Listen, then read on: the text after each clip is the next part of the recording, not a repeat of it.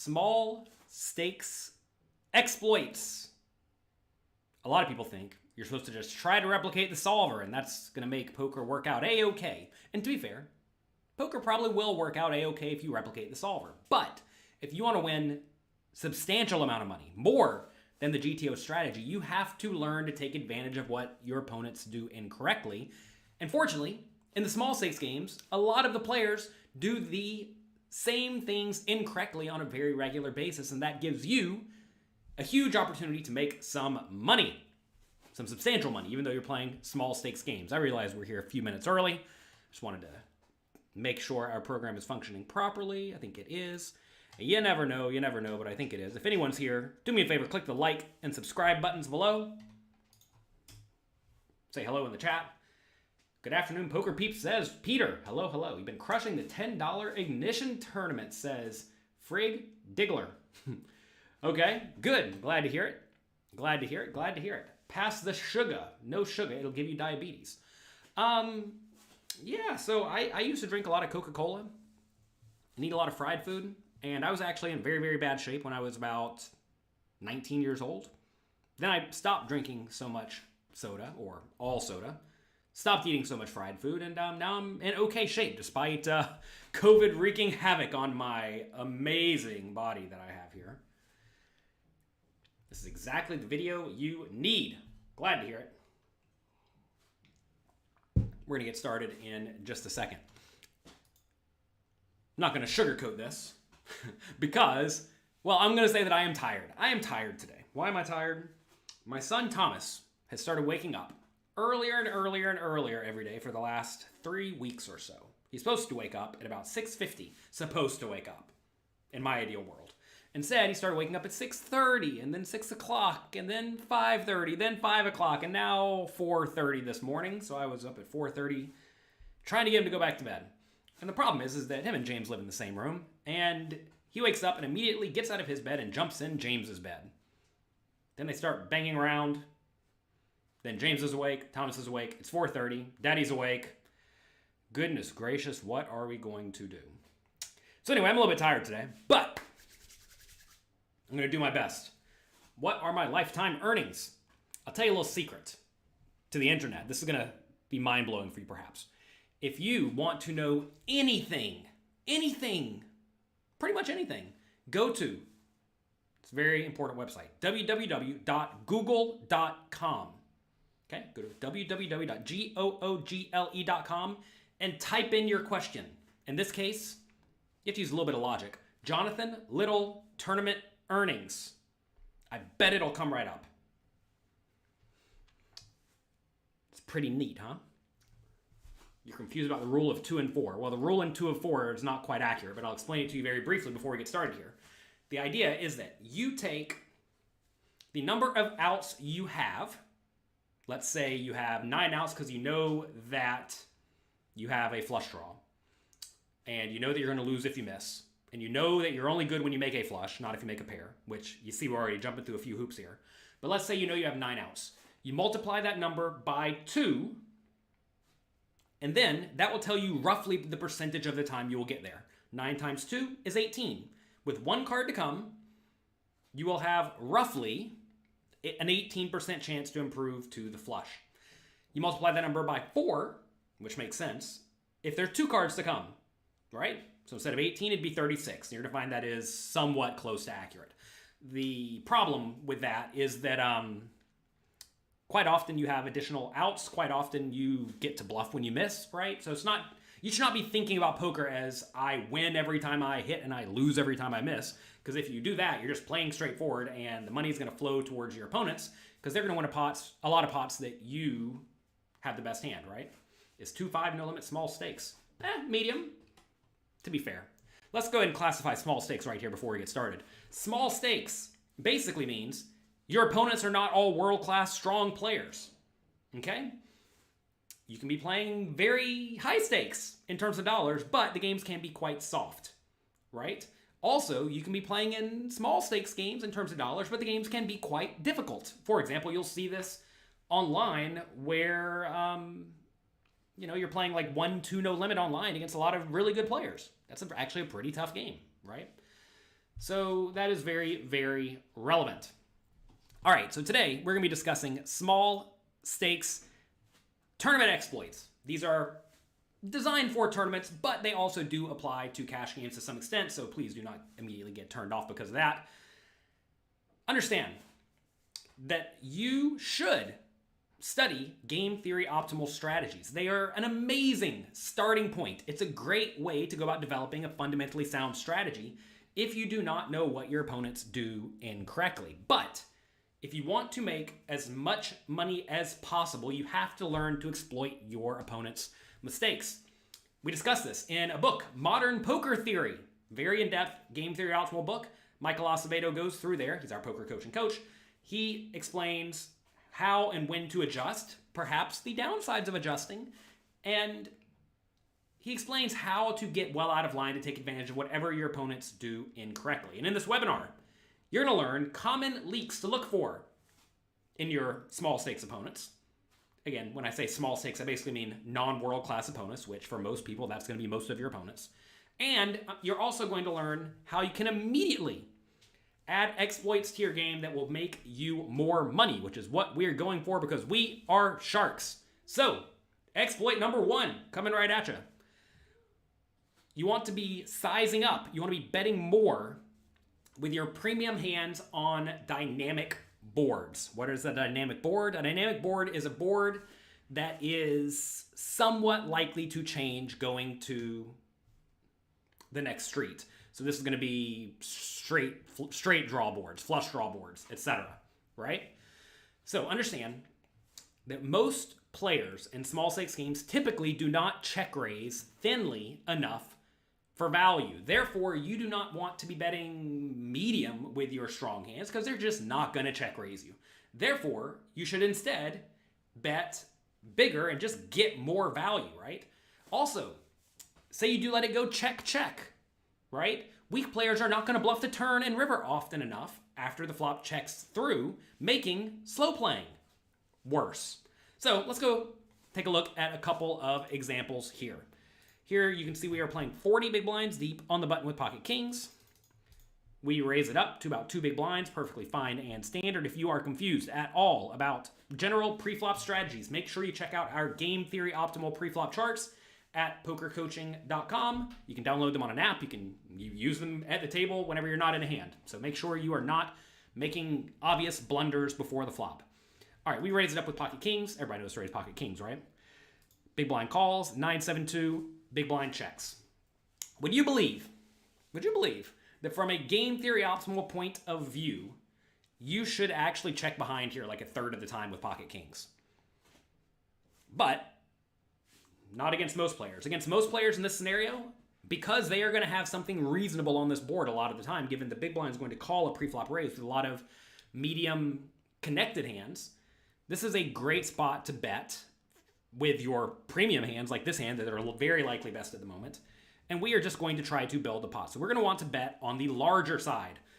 This is a scenario where if you follow my tournament masterclass at pokercoaching.com, you will know you want to be betting infrequently with a polarized range, meaning your best hands and some draws, using a big size. But what is a big size? In this scenario, a typical big size would be something like 2/3 pot, maybe 60% pot. But because we are exploiting what the opponent does incorrectly, which is not raise enough, and they also do not bluff the turn enough if we let it go check, we're just going to want to bet big and get full value from our opponent's 9s, their 7s, perhaps their under pairs, all their draws, and this is going to work out way better than betting something like 2,000. You may say, it's only a 500 difference. Turns out, that 500 difference matters. That is money that is going into your pocket every time your opponent calls. For example, say you know your opponent wins, 33% of the time. That extra 1,000 chips that's going into the pot, the difference between 2,000 and 500 times 2, you get 67% of that, right? You make money in that scenario. You make money by just getting more value from your good hands. So we bet the opponent calls, turns a 2. This is a spot where you may think, oh, we should be scared of the 2. But oh, no. This is a scenario where the vast majority of the opponent's range is going to be a 9 or a 7 or some sort of a draw. So we're going to want to continue betting. Pot's 8,000. Now we don't want to go too big, because if we go too big, like let's say 7,000 again, then it's going to be very clear to the opponent that we're not going to fold to an all-in. right? So in this scenario, we want to do everything we possibly can to get our opponent to think that they have some fold equity. Meaning, if they check and we bet here, we want them to think that if they go all in with stuff like Jack 10 or 10-8, that we're going to fold sometimes. And to be fair, maybe we will fold in this scenario sometimes. Not all that often, but sometimes. But obviously we're not folding with pocket kings, right? We would be folding here with whatever sporadic nonsense bluffs we have. So this is a pretty reasonable spot to go for a bet size that's going to allow our opponent to call with a decent amount of hands, right? Despite the fact they're not getting great odds with their draws. They're also going to call with all of their made hands, and that's just going to get money in the pot. If the opponent check raised the flop, how do we continue? Well, we're not going to fold with kings. You mean, do we call or do we jam? We'd probably just call to keep them in with all our bluffs. Turns out, when your opponent puts in the check raise, you do not want to do a whole lot of re-raising in general, just because they are announcing they either have a really good made hand, which kings is actually only okay against, or they have some draw, which kings is actually in really good shape against. And you don't really want them to fold whenever we are in really good shape. And they could have some really bad draws, like 10-6 offsuit in this scenario, which is in terrible shape. Anyway, we bet turn, they call, river's a queen, they check, easy all in here. I would not go all in on an ace or a 9. Do we still jam a 7? I think a 7 is still reasonable to shove. A heart, do we shove a heart? We probably do. It's annoying, but I think we do. So yeah, I think this is a scenario where we want to go all in even on a heart. Anyway, opponent checks, we obviously go all in, they fold, fine. But big takeaway here is notice we got a little bit more money in the pot by betting slightly bigger on the flop. That allowed us to bet slightly bigger on the turn. And that little bit of equity that comes our way is going to result in us winning more money than our opponents win whenever they are in this exact opposite scenario. There's the idea of reciprocality, right?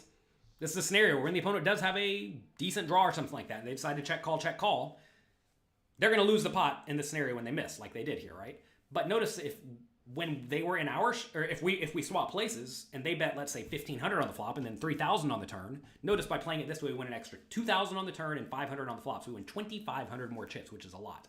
This idea of reciprocality is talked a lot about by Tommy Angelo, our coach at pokercoaching.com, and he is actually hosting a webinar right after this for poker coaching members, where he is going to be discussing the subject of being results oriented. He's going to have poker coaching friend Shondell Pruitt there, Crazy Sixes, and they are going to be discussing being results oriented. It's important to make sure you are not being results oriented. If you're a poker coaching member, should be a link to that right in the dashboard. Why don't you get more value by making a 30% pot bet and getting your opponents to continue more often? Well, think about this here on the flop, right? Say we bet 30% pot. Do you think the opponent's going to continue with that different of a range compared to if we bet closer to pot like we do? I mean, maybe they'll call with like pocket 3s or something if we bet small, but if they have a 9, they're not folding. If they have a 7, they're not folding. They should fold ace high to like any bet in this scenario. They're not going to fold any draw unless it's like a really bad one like 6-5, right? So this is a spot where the opponent's range that they're going to continue with is going to be very, very similar. How do you know how much money's in a pot in real life? Keep track of it in your head, right? In this scenario, we raise to 1,100 pre-flop. The opponent calls in the big blind. 2,200 plus the blinds and the antes, call it 3,000, right? Look at that. Was it 3,000? Right on the nose? 3,000, right? How do we know 3,000? We do a little bit of math in our head and we get practice. If you need practice, make sure you set up some chips at home, put money in the pot and figure it out, right? You're not guessing, you're counting. Counting and guessing are similar but different. Let's take a look at another hand here. We raise it up with the ace-king, playing 40 big blinds deep. Opponent calls. They check flop. Easy continuation bet. But again, this is a spot where, from a GTO point of view, you probably would not want to go closer to something like 3/4 pot or 80% pot. You probably want to go more like 60% pot. But this is a board that's somewhat likely to change, and it's very easy for the opponent to have some sort of pair or draw, right? And for that reason, we want to be betting bigger. You may say, again, why not bet smaller to try to get them to call with more hands? They're not going to call a king high here no matter how much we bet, right? So if they have better than king high, what's better than king high? It's a pair. People don't fold pairs for any reasonable bet, okay? So this is a spot where we want to be betting on the bigger side. They call, turns to 2, definitely bet big again. Obviously, we could be beat sometimes. We're not so concerned about that because we have a very strong hand and we beat a lot of our opponent's inferior hands here. We do go 7,000. We could perhaps go a tiny bit bigger. I think that's reasonable. Like maybe 8,000. Again, you want to do everything you can to give the illusion of fold equity. It's very important that you don't bet so big here to the point that your opponent's going to realize, okay, my opponent has the nuts and they're not folding. If your opponent knows you have a good hand and they still want to go all in, that's terrible. Okay? We would definitely not shove here on the turn. Shoving the turn would be quite terrible because then your opponent's only going to call off with a good ace. Like if they're sitting here with any non-premium ace, they should just fold. And you may say, well, shouldn't I shove the turn every time then? Because they're going to fold almost everything. No, because sometimes they're going to have it. Right? Whenever you make gigantic bets here on the turn, you're essentially forcing the opponent to play reasonably well. And whenever your opponent plays reasonably well, that means they're not losing money. You make money when your opponent screws up. I know a lot of people want to think, oh, if my opponents just played better, I would have a better read on them or something like this. But no, that's just not the case. I mean, it doesn't do you any good if you have a good read on your opponent if the read is, I'm dead, because I lose every hand, right? Every time they call. So you want to make sure you do everything you can to keep your opponent in with a range that you're in fine shape against. Notice I mentioned I could probably go a little bit bigger on the turn here because notice on the river we have basically a pot-sized bet. I think I would have liked the pot to be more like 30,000 with like 24,000 in our stack. Maybe we're supposed to bet even like 10,000 on the turn. I think that would have been reasonable. Whatever. Anyway, easy all-in on the river, hoping to get called by an ace or a hero call. Opponent probably has nothing, though, and they just folded this time. Fine and good. The main takeaway from both these hands is just bet a little bit bigger, especially on the flop, because that's going to allow you to make slightly bigger turn and river bets, which will allow you to get all in more often as a big favorite, and also just allow you to extract more value than your opponents are going to be extracting from you. What are small stakes tournaments? Small stakes tournaments. You know what a tournament is. You're asking what size are the tournaments. Again, the actual buy-in is not all that relevant. A lot of people get hung up on, oh, I'm playing a $3 game, so it's a micro stakes game, or I'm playing a $10 game, so it's a small stakes game. Like, it's all the same. What matters is, are your opponents playing poorly? Are there people who are making errors? And the answer is, yeah.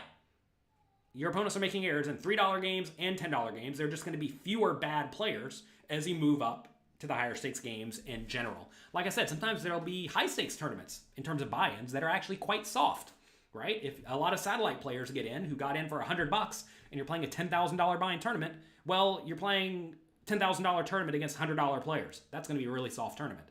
Whereas if you're playing like a $500 buy-in tournament online where they don't satellite in anyone and the guaranteed prize pool is $5,000, so almost nothing, that's going to be a pretty tough tournament, right? So you got to use a little bit of common sense and be a little bit fluid here and realize that the players in any individual tournament are going to be different based on the scenarios surrounding that tournament. All right, so that was exploit number 1, sizing up with your premium hands on dynamic boards. All right, exploit number 2. Check raise the flop relentlessly. I know good and well you all do not do that nearly often enough. To be fair, it's hard to do it often enough from a GTO point of view. You may say, why would I want to check raise a lot? Well, the answer is because weak players, and most even strong players, do not defend anywhere near often enough against check raises. So this allows you to check raise really, really, really, really often, right? If you use this exploit, though, and you check raise, and then your opponent does call, though, there's another exploit, and that is that because they called your flop check raise, you know their range is reasonably strong, and that's going to result in you needing to give up a decent amount on the turn and river, because when they call your flop check raise, they're usually going to be pretty strong. Let's take a look at an example where I bet almost none of you put in the check raise, but you should. Here, opponent raises button, we call king 4 suited in the big blind. Again, if this is unfamiliar to you, if you think this is too loose, well, you're wrong. And also make sure you check out the game theory optimal charts at pokercoaching.com, okay? Flop comes queen 6-6. Easy check raise. Why is this an easy check raise? Well, we have a lot of sixes in our range. We don't especially want to check call out of position with the king high, which is going to have a tough time winning the showdown. And we have a lot of backdoor equity, right? We have a backdoor flush draw. If 2 spades come, we have a king in case a king comes. Sometimes if you get a 4, the 4 is good. So this is a great spot to put in the check raise. And you should actually be check raising here pretty frequently. If you don't agree, let's take a look at what the game theory optimal strategy is in this scenario. Here is what we should be doing from a GTO point of view. Let me explain this chart really quick. The hands in gray are hands that are not in our range. Why? Because we would have re-raised them before the flop. So we don't have any pairs, don't have any of the big cards, right? Don't have these low cards because these are all garbage. Okay, the hands in red are opting to check raise in this scenario. Remember, the flop is queen 6-6. I'm sorry, queen 6-6. Notice a lot of sixes check raise, right? You see these sixes all check raise. These sixes all check raise. So a lot of sixes are check raising. The hands in green are check called, and the hands in blue are check folded. So let's just take a look at this really quick. What is opting to check and call? Which hands are in green? That's going to be ace high, a very clear marginal made hand. Some king highs, the good ones. You know, okay marginal made hands. Queens, some queens are check calling, right? Notice a lot of the offsuit queens are calling. And then a few slow plays with like a6 and queen 6. But that's it, right? There are a few other hands mixed in here, a few sporadic like jack 7 suited for backdoor draws, sure. But notice we're also check raising with more than just the nuts. We're check raising with stuff like king 5 suited, king 4 suited, king 3 suited, king 2 suited, queen 5. Well, these are the top pairs. The weaker top pairs opt to check raise sometimes. What else? 7-5. Cards that wrap around the 6. So we're going to see 7-5 and 8-7 check raise a lot, right? We're going to see 5-4 check raise a lot. We're going to see 5-3 check raise a lot. Interesting to see even hands as bad as like 4-3 and 3-2 and 4-2 and 5-2. These really bad hands are check raising a lot. And they say, why? Why would you check raise the 5-2 here? Because, well, you obviously can't check call it, right? That would be terrible. And if you do pick up a backdoor flush draw, or if you pick up a straight draw, you can easily continue betting on the turn, right? So this is a spot where a lot of people do not check raise nearly often enough. Other hands that check raise include stuff like king 10 and king 9, right? Hands that wrap around the queen, or cards that wrap around the queen, so you'll see that check raising sometimes. King jack is probably just good enough to call, as you see it does here. If the board was like jack 6-6 or 10-6-6, like say it was 10-6-6, maybe you would check raise like jack 9, so the direct wraparound of the 10. But this is a spot where most people do not check raise nearly often enough. Now, say we do check raise with this perfect strategy, this perfect GTO strategy here, okay? Now, the player on the button, this player here who continuation bet, facing our small check raise, this player should now defend, goodness gracious, a lot, 72% of the time. 72% of the time. They're only supposed to fold these hands in blue, which would be weak ace high, weak king high, weak jack high, weak 10 high. So they're basically never supposed to fold. You think your opponent is going to call your check raise with king 9 on queen 6-6. No way, right? You think they're going to call jack 8 of spades for undercards or backdoor flush draw? No way. You think they're going to call with 5-4 suited? No way, right? Think they're going to call with ace high? Most people don't. They just fold.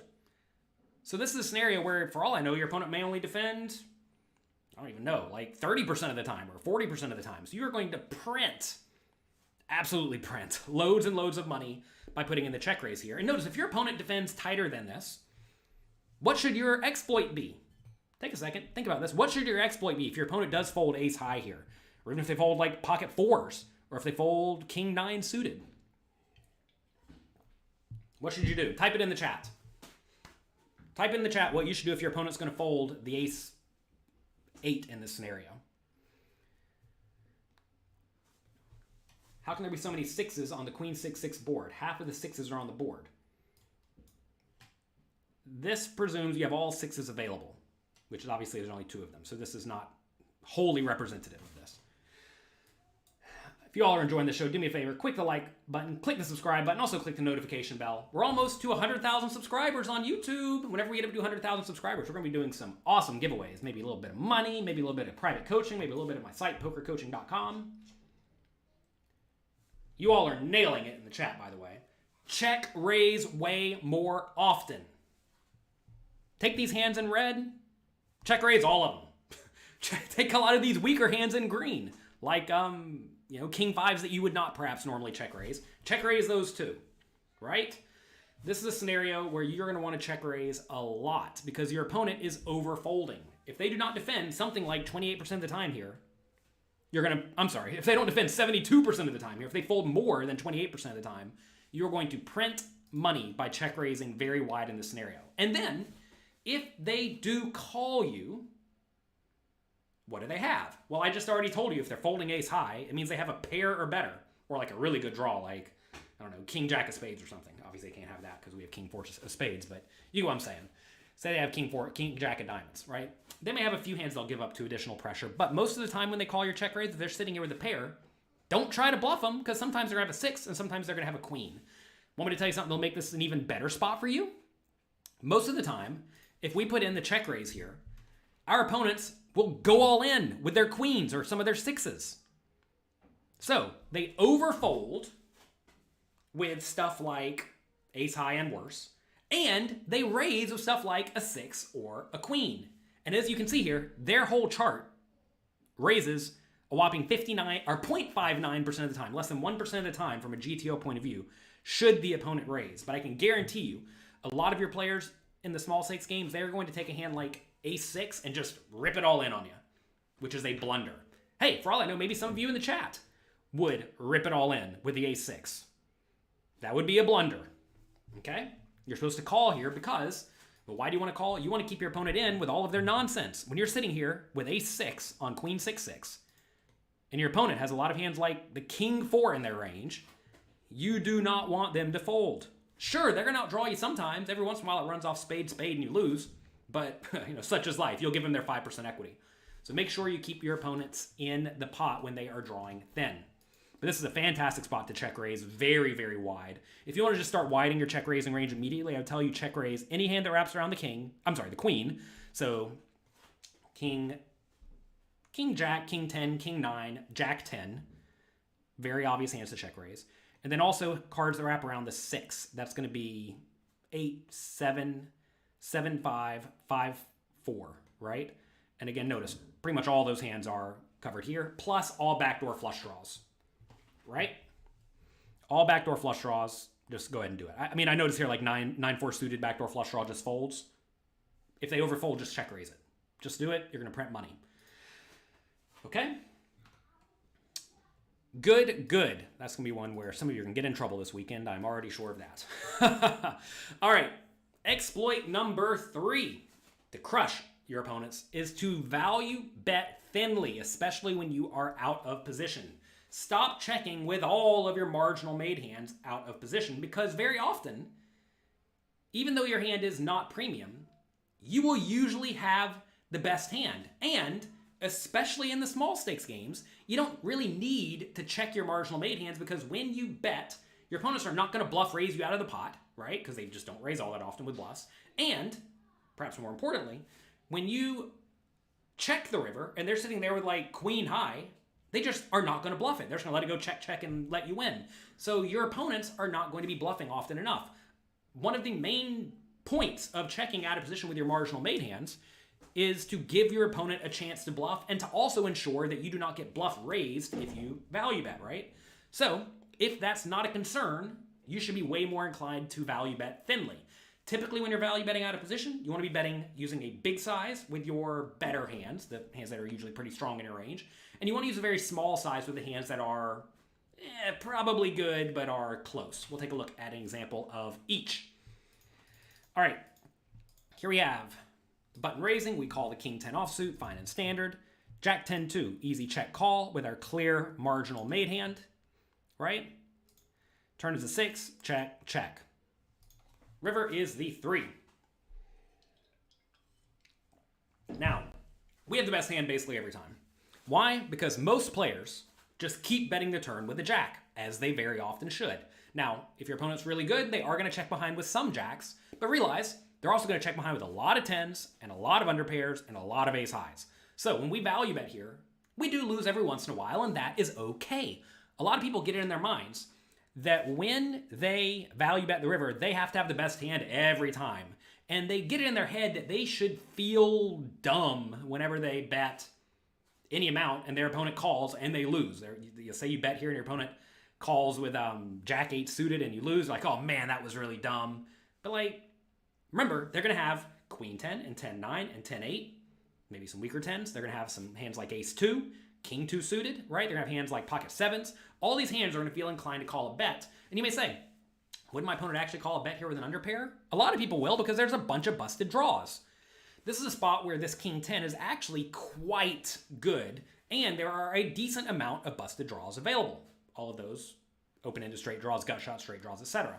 So this is a spot where in small stakes games, unless your opponent is very weak and tight, I think you should be betting using a pretty big size. This is one of the worst hands I would bet using a pretty big size. When I say pretty big, I mean like 65% pot or so. If my hand was weaker than this, I'd probably start slotting it mostly into a small bet size, if I even wanted to bet. But I definitely think this hand is a good enough spot to go for a medium to big bet. Here we did go 5,000 to 8,500. I like this. There are plenty of worse hands that can call. That's very important, right? You always want to ask, if I make this bet size, are there plenty of hands that my opponents can call with? Also, if I make this bet size, is my opponent likely to raise me at all with bluffs and or worse hands? And in this scenario, I got to think most small stakes players just are not bluff raising, because that's just not how they operate. Most high stakes players aren't bluff raising, because that's not how anybody operates, really. Especially when you make this big bet size. The nice thing about this, big-ish bet size, it's not huge, right? But the nice thing about this medium to big bet size is that it's going to disincentivize your opponent from raising, because a lot of people will assume when you make this bet size that is not small, that we have a pretty good hand or nothing. And if we have a pretty good hand, like perhaps a good jack or better, or nothing, they don't want to raise, because if they're raising into a range that's a lot of good jacks, well, that's not good, right? And whenever I have nothing, like say I have the Queen 9, they don't need to raise when they're sitting here with Ace High or Pocket 7s, right? So this is a spot where I definitely like a bet size of roughly this. We do get call. Opponent has an Ace and a 6, seems like a reasonable call to me. I don't fault the opponent at all. And win a nice pot. Notice here, though, if we just checked here, the opponent's always going to check behind. What's the bottom of our value betting range here? So I discussed this thoroughly in my tournament masterclass at pokercoaching.com. Make sure you check it out. You can get a big discount on that right now at pokercoaching.com/memorial. We have a big section on how to play post-flop on the river.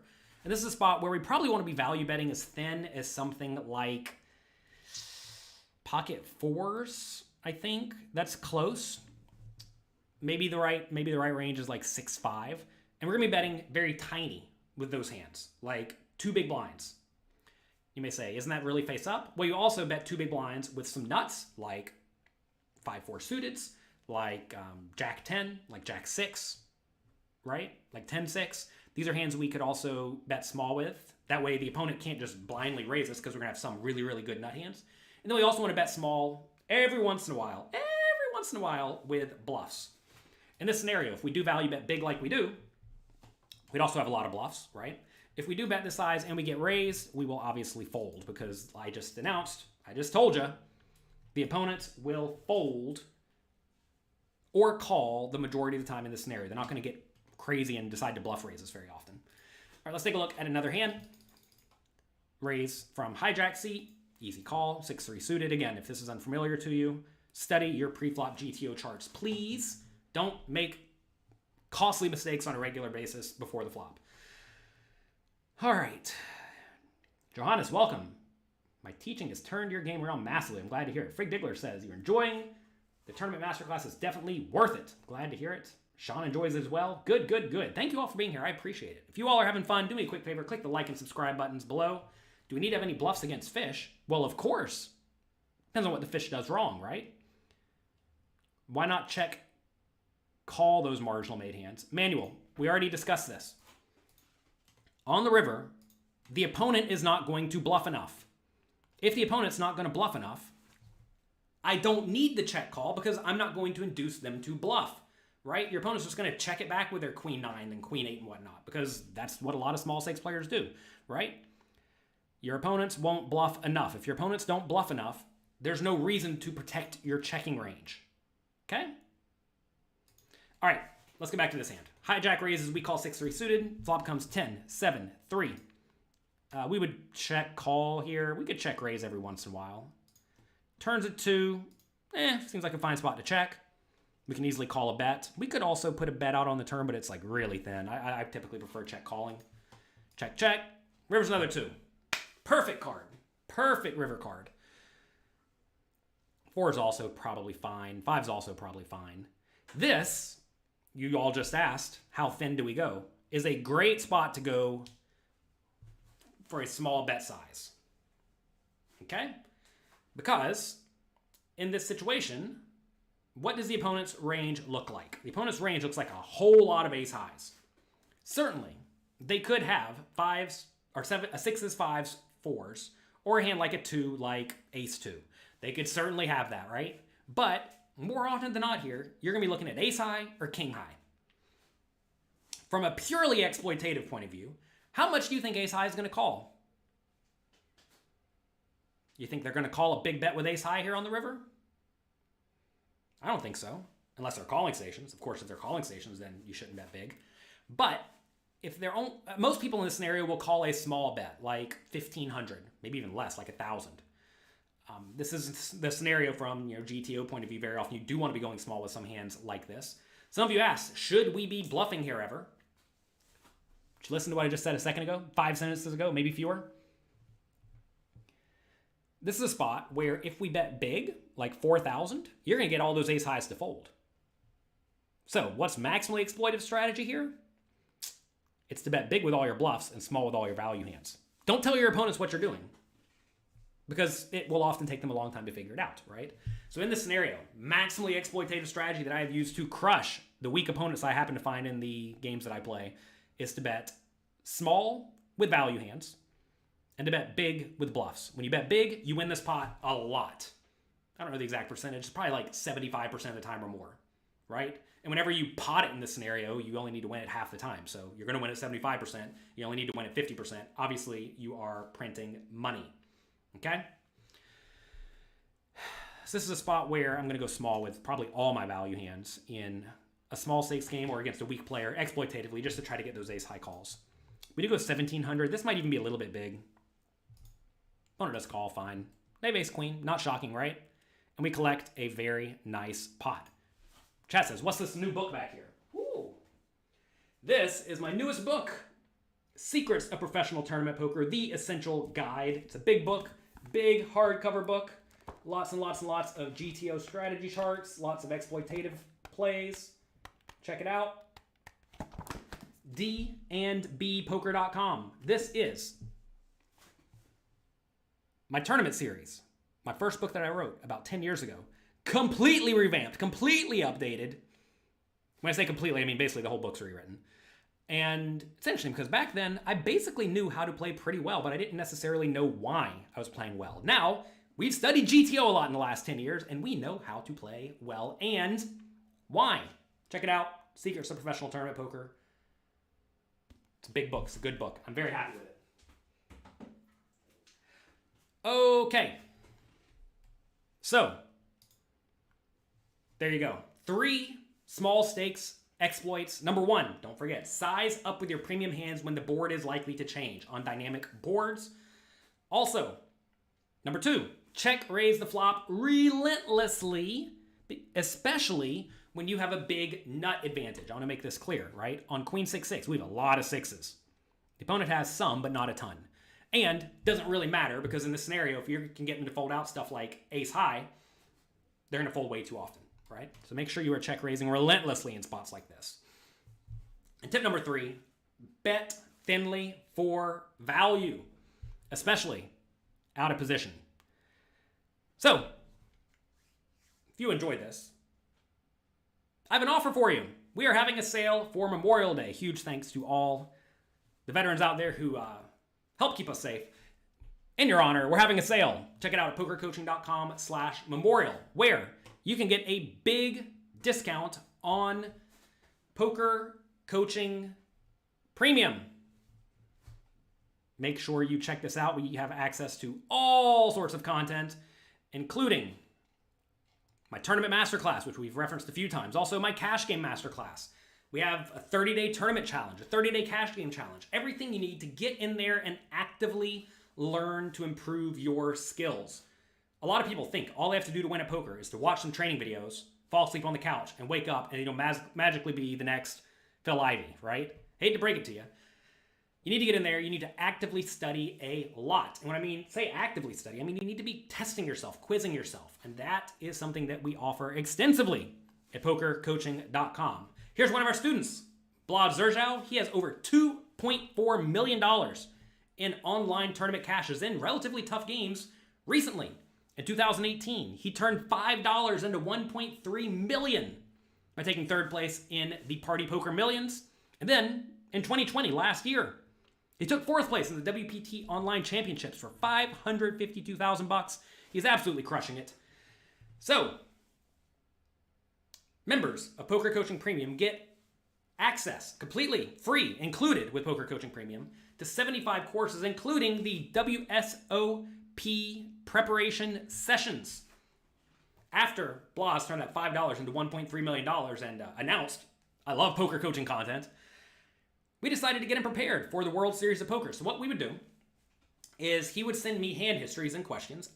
I would reply in a video and send it back to him. He's on the other side of the world, and am I allowed to say where he's from? I don't know. He's on the other side of the world, and so our schedules didn't line up all that well, but we still coordinated, right? He'd send me questions in hand, I'd review them, I'd send it back to him. We did this back and forth for 13 hours. And, while his World Series of Poker that year just went okay, he kept playing, kept grinding, and he, cashed for $552,000 in a tournament somewhat shortly after that. Here's Blas. Let's hear from him. Let's see what he has to say. Hi. I would like to take this moment and say thank you to Jonathan Little, who, as you may or may not know, contacted me in December after my deep run in the Party Poker Millions event and offered me coaching in exchange for me sending him hands, which he'll review and make a product out of. And as we are nearing the end of this process, I would like to share some thoughts. Well, the first thing that really struck me out of the blue was Jonathan's classification of hands into premium made hands, marginal made hands, draws and junk. He also points at this quite nicely in Mastering Small Stakes No Limit Hold'em, and it made me realize I was turning way too many marginal made hands into bluffs. I was under bluffing with draws and then sticking in pots with too many junk hands, too many junk here part of my range. And this idea of thinking in ranges and mixing it with exploitative play, which he really points out quite nicely in his reviews, and really made my decision making a lot better than it was, and it also made me easier to spot mistakes in my game on my own. And when you are spotting mistakes on your own, it's a lot easier to strive to work to improve those mistakes rather than when you're just ignorant that you're even making mistakes.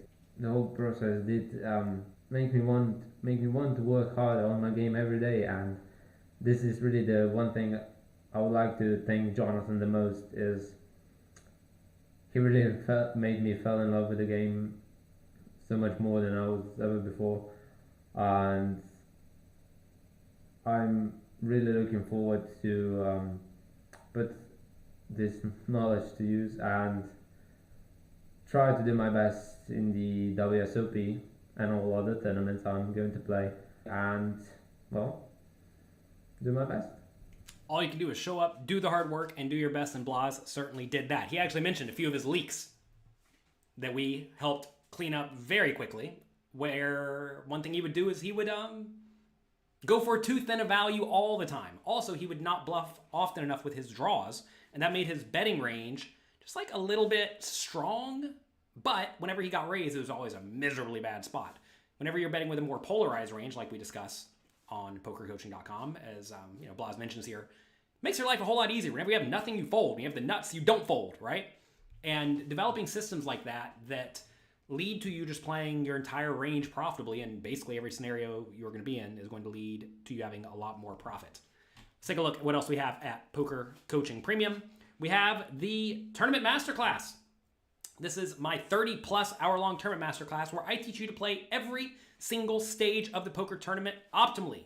and teach you to maximize your equity. This is not for sale. It is only part of Poker Coaching Premium. Again, you can get a big discount at pokercoaching.com/memorial. Here are the table of contents for the tournament masterclass. It is gigantic. It is big. Each of these is a 10-minute long to 20-minute long video with quizzes after every single part to be sure that you are learning to play well. Here are a few more sections. I go through some of my deep runs that I've made over the last year since I've been stuck at home due to COVID to some extent. So, here you go. Here you have it. Also, we have my cash game masterclass. This is a 29-part masterclass where I teach you to crush the cash games. Also at pokercoaching.com, we have over 1,200 interactive quizzes where I put you at the poker table, ask you to play a hand, and after every single decision point, you get immediate, real-time feedback from one of our coaches to be sure that you are playing well. And if you get the best answer or second best answer in all of these scenarios, you're going to go a long way to improving your skills. And it turns out, if you make the first or second best play in basically every spot you're in, you're probably going to be playing pretty well. And that's going to result in the money flowing your direction. Here's what Blas had to say about our interactive quizzes. The hand quizzes. Well, I actually made a goal to, go through all hand quizzes. It's a lot. In pokercoaching.com. I'm halfway through them, and they really did improve my game really significantly. The quizzes are great because they give you a way to actively learn at home when you are not actually there at the poker table playing. It's kind of like going to the casino, playing poker, and having a coach who can help you discuss every single decision that you make. How I learn poker. I go through the quizzes, and I do my best to ensure that I'm learning from our world-class coaches as well. Here is another one of our students, Chris O'Neill. He has been absolutely crushing it. He is an American poker player. He plays on Poker Stars Pennsylvania, which is a relatively small site, but he's been a poker coaching member for a while. He's been studying a lot. And this is his tournament graph. I don't think I've ever seen a tournament graph that goes straight up like this. But to be fair, he's playing relatively small field events. Like right here, here's the Scoop tournament he won just the other day. Had 75 entries. You may say, only 75 entries? That's not very many. You only got $18,000, 18 buy-ins. Well, this is how he's been doing since Poker Stars Pennsylvania started, just kind of recently. And as you can see, he's up about $105,000. Just playing a lot in games where he has an edge. All you really have to do at the end of the day to win is find a game you can beat, which implies you got to be better than your opponents, and then play it a lot and keep a proper bankroll. And Chris is absolutely doing that. Every time I see this graph, I get envious of it because that's just like a beautiful, straight up tournament graph, which is hard to come by. So far, I spent over $350,000, $250,000, 35% of $1 million. We're great at math over here. Hiring my team of world-class coaches to create content for you. They have over $56 million in tournament winnings, a whole lot more in cash games, including #1 online player in the world as of March 12th, Bert Stevens, Giraffe Ganger. He streams regularly for the Poker Coaching Premium members where he guarantees a final table every time he streams. To be fair, it's kind of a joke, but I think he's final table in a tournament every single time he streams so far. And it's great. I mean, I watch every single one of them, where you basically get to get in there, watch him play live, ask him questions in real time, and get feedback from the #1 online player. We also have Tommy Angelo. Tommy Angelo is going to be having a webinar for Poker Coaching Premium members right after this call, starting in, 14 minutes.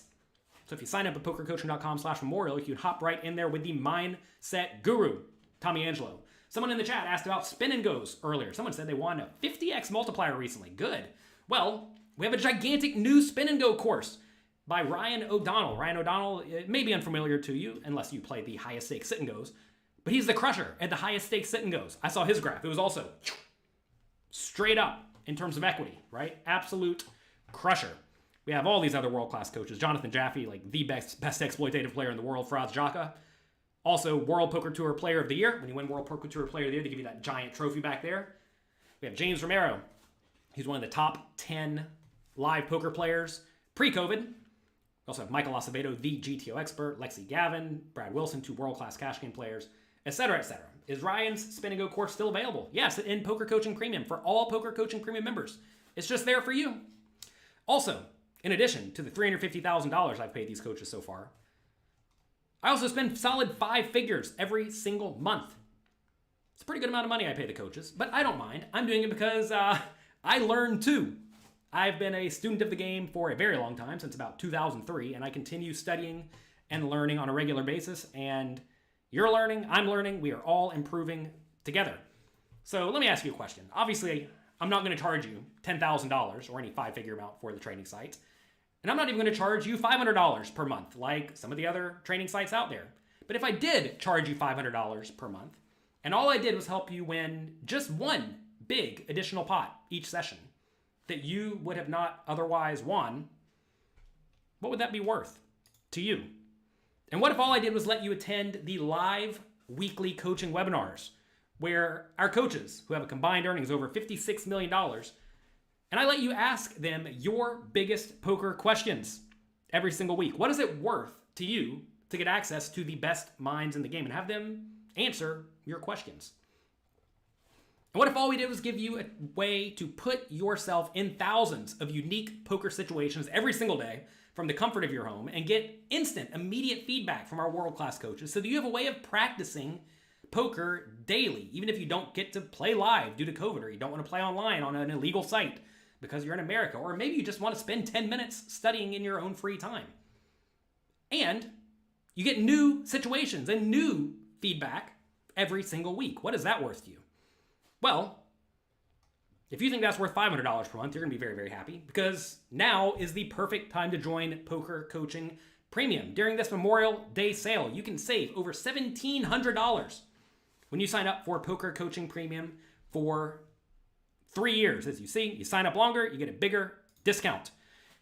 Here are our sale prices. You can get 3 months at a solid discount, a year, another solid discount. As you see, the discounts get bigger and bigger as you stay a member longer.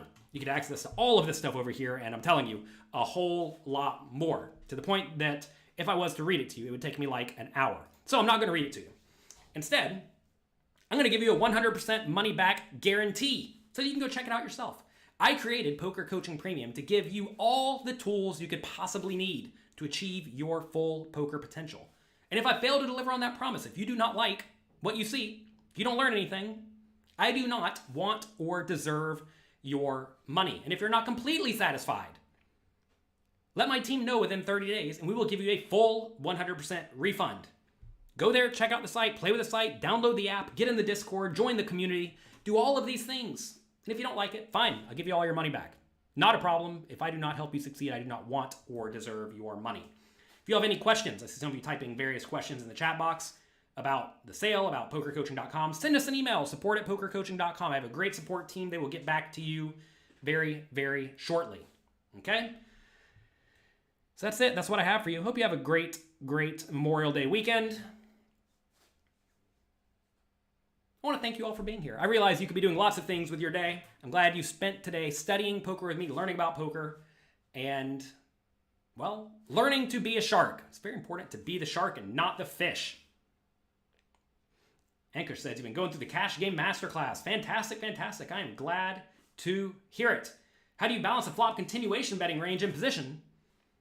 That is a big question. So I made, see these two little tiny things right here. The Tournament Masterclass and the Cash Game Masterclass. I give you systems that will help you learn how to play roughly the game theory optimal strategy in these spots. And then I explain how to adjust based on whatever you think your opponent does incorrectly to make the best play possible. It's important to have frameworks in mind, right? You don't want to just bet because you think you should or check because you're not sure what to do, right? You need to have good, solid frameworks in place. So like I said, you either make the best or second best decision in every scenario you find yourself in. And if you do that, you're going to be way better than pretty much everyone you play against. That's going to be it for today. Again, make sure, if you sign up right now, hop in Tommy Angelo's Mindset webinar. It's going to be live, just like this one, where he's going to be discussing the subject of being results-oriented. If you're results-oriented, you're going to make a lot of mistakes. You're going to be unhappy. And, well, that's the exact opposite of what I want for you. I want you to be happy, be successful, and not make mistakes, right? So make sure you check that out. That's going to be starting in 8 minutes. I'll give you time to go take a little break, grab some food, and enjoy Tommy Angelo's webinar. Again, if you want these big discounts, check it out at pokercoaching.com/memorial. Would you ever consider streaming cash games? If you go to the Cash Game Masterclass, there is a decent amount of live recorded content where I played micro stakes, medium stakes, and high stakes games for you online. It's all there. Pretty much every question you all are asking, do you have this? Do you have that? The answer is very most likely yes. And if you have a difficult time finding any content on the site, because I realize we have a lot of training content, use the search feature. But if you can't find it, send us an email, support@pokercoaching.com. Like I said, if you have any questions about anything, please just send us an email, support@pokercoaching.com, and we will direct you to whatever you are looking for so that you can study and learn the things that you need and want to learn to succeed in your games. So that's going to be it for today. Good luck. Have fun in the Tommy Angelo webinar. Have a great, great day. And I will talk to all of you next time. Bye-bye.